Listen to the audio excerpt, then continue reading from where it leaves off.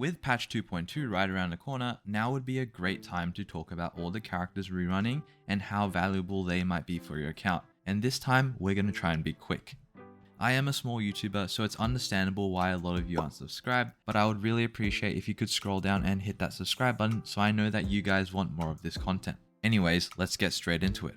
Robin is the first of our new 5 stars, being a physical harmony character. Quick rundown for her kit: her skill is a damage % buff for all allies that lasts 3 turns, and this turn duration goes down when Robin's turn starts. This is basically Ranmei's skill with slightly weaker scalings and without the weakness break efficiency. Her ult is the most important part of her kit. It's 100% action advance for all allies and puts Robin into a special state. While in this state, Robin no longer has turns, but instead gives all allies a ton of attack and does an additional hit when allies attack. This additional hit is very similar to how Ting Yun's benediction works, but it scales off Robin's stats instead. The way Robin's kit comes together is as a very good dual DPS buffer that specializes in buffing follow-up teams. Now, as a pure dual DPS buffer and a buffer for hypercarry teams, Robin is going to be very similar to Ranmei, better or worse depending on your investment and the teammates you'll be using. This is a very good look for Robin because, well, obviously Ranmei is an incredible support unit,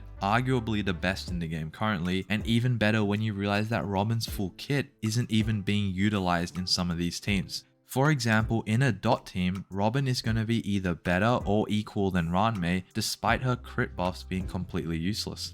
In a follow-up team, Robin is going to be the absolute best support. If you're trying to make this IPC follow-up team with Topaz, Ratio, and Aventurine, Robin is borderline a must-pull. The buffs she's providing to this team is obviously insane, but the real money is in her personal damage from her ult's additional hit, which is going to go off so much more in this team than a normal one. To finalize, as an overall support unit, Robin is an S tier pull.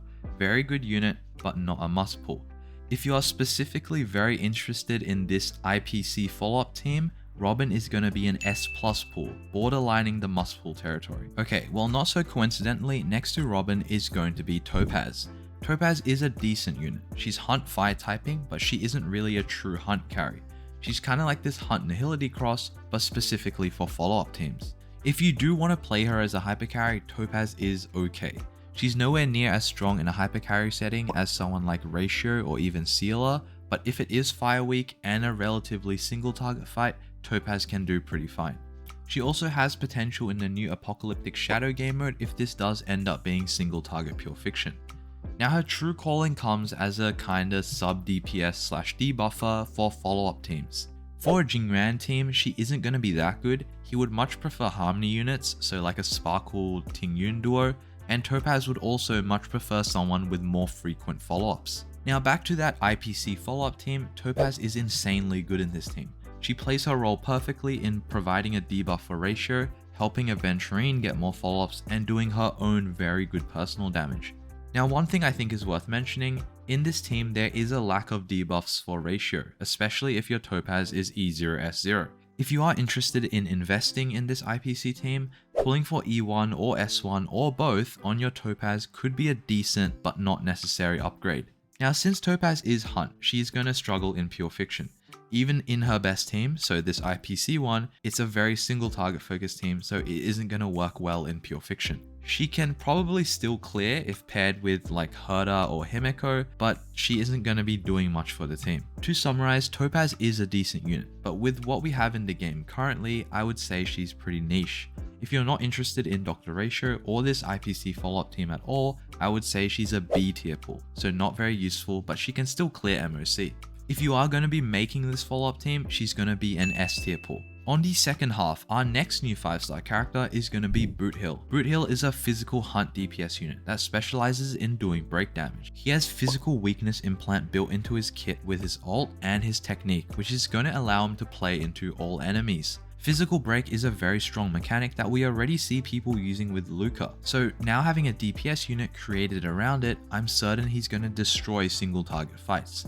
Now, there is a chance, since he is a break-centric DPS, that he might really want Ranmei on his teams, but we'll have to wait and see for that one. Now, as a hunt DPS, he's going to struggle in pure fiction, and there's nothing we can do about it. But, just like Topaz, if Apocalyptic Shadow is hunt focused, Boothill is going to have a blast. Hunt units generally are still fine in MOC, And with Boothill having his own weakness implant, he could honestly be a universal DPS similar to Acheron. Just be wary, there are some bosses like Sam who block their toughness bar, so those could be really annoying for Boothill to deal with. For his overall pull value, if you don't have that many or aren't satisfied with your current 5-star limited DPS units, Boothill is an S tier pull. This could get pushed up even higher if we get any confirmation that Apocalyptic Shadow is going to be hunt focused. Now, if you have DPS units you're happy with and you don't really feel the need for having a physical one, he's going to drop down to an A tier. Still a very good DPS unit, but not necessary at all. Finally, we have Fuxuan. Fuxuan is a quantum preservation unit who doesn't shield at all, but mitigates damage and redirects it to herself. Fuxuan has proven herself to be one of the best preservation units in the game, being able to easily make you unkillable in pretty much all content. She also has AoE CC resist once per skill that can be extremely useful for units that get really screwed over by CC like Xuan. In certain boss fights like the Kafka one with AoE CC attacks, she can completely ignore this.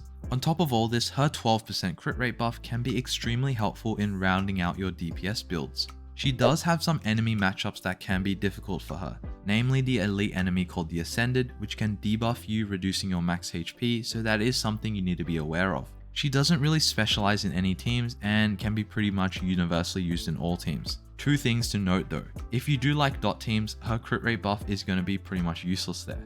And if you enjoyed a mono quantum team, Fuxuan is your best sustain option. If you don't have two limited 5-star sustain units, so 2 of Lorcha, Huohuo, Aventurine, Fuxuan is an S+ tier pull. The difference between our 4-star sustains and 5 stars is pretty large, with the only one coming close being a high Eidolon Gallagher. You can't really understand the difference between 5-star sustains and 4-star sustains until you have one. Now, if you already have 2 limited 5-star sustains, I'm going to be a bit harsh here and put her down to B tier. She still has teams she's going to be better than the other sustains in, but the difference is going to be so small that it definitely isn't worth all those jades. And that's it for our units coming in 2.2. Remember, if you really like one of them, don't listen to me or any other content creator, just pull for them. All limited units have ways to clear content and you won't be disappointed. Just for a final rundown on all the tiers that I gave these for. Robin, if you aren't going for follow-up teams, is still an S tier pull. If you are going for follow-up teams, S+. Topaz, if you're going for that IPC follow-up team, S tier pull again. If not, she's going to go down to a B tier. Boothill, if you want more DPS units to round out your roster, he's going to be in the S tier. If you're already happy with your current DPS roster, A tier. And finally, Fuxuan, if you have 2 5-star sustains already on your account, she's going to be B tier. If not, S+ tier. I know there's a lot of factors you have to take into account to see how good each of them are as a pull, but that's just how it works. Let me know in the comments who you guys will be pulling, and I'll see you guys next time.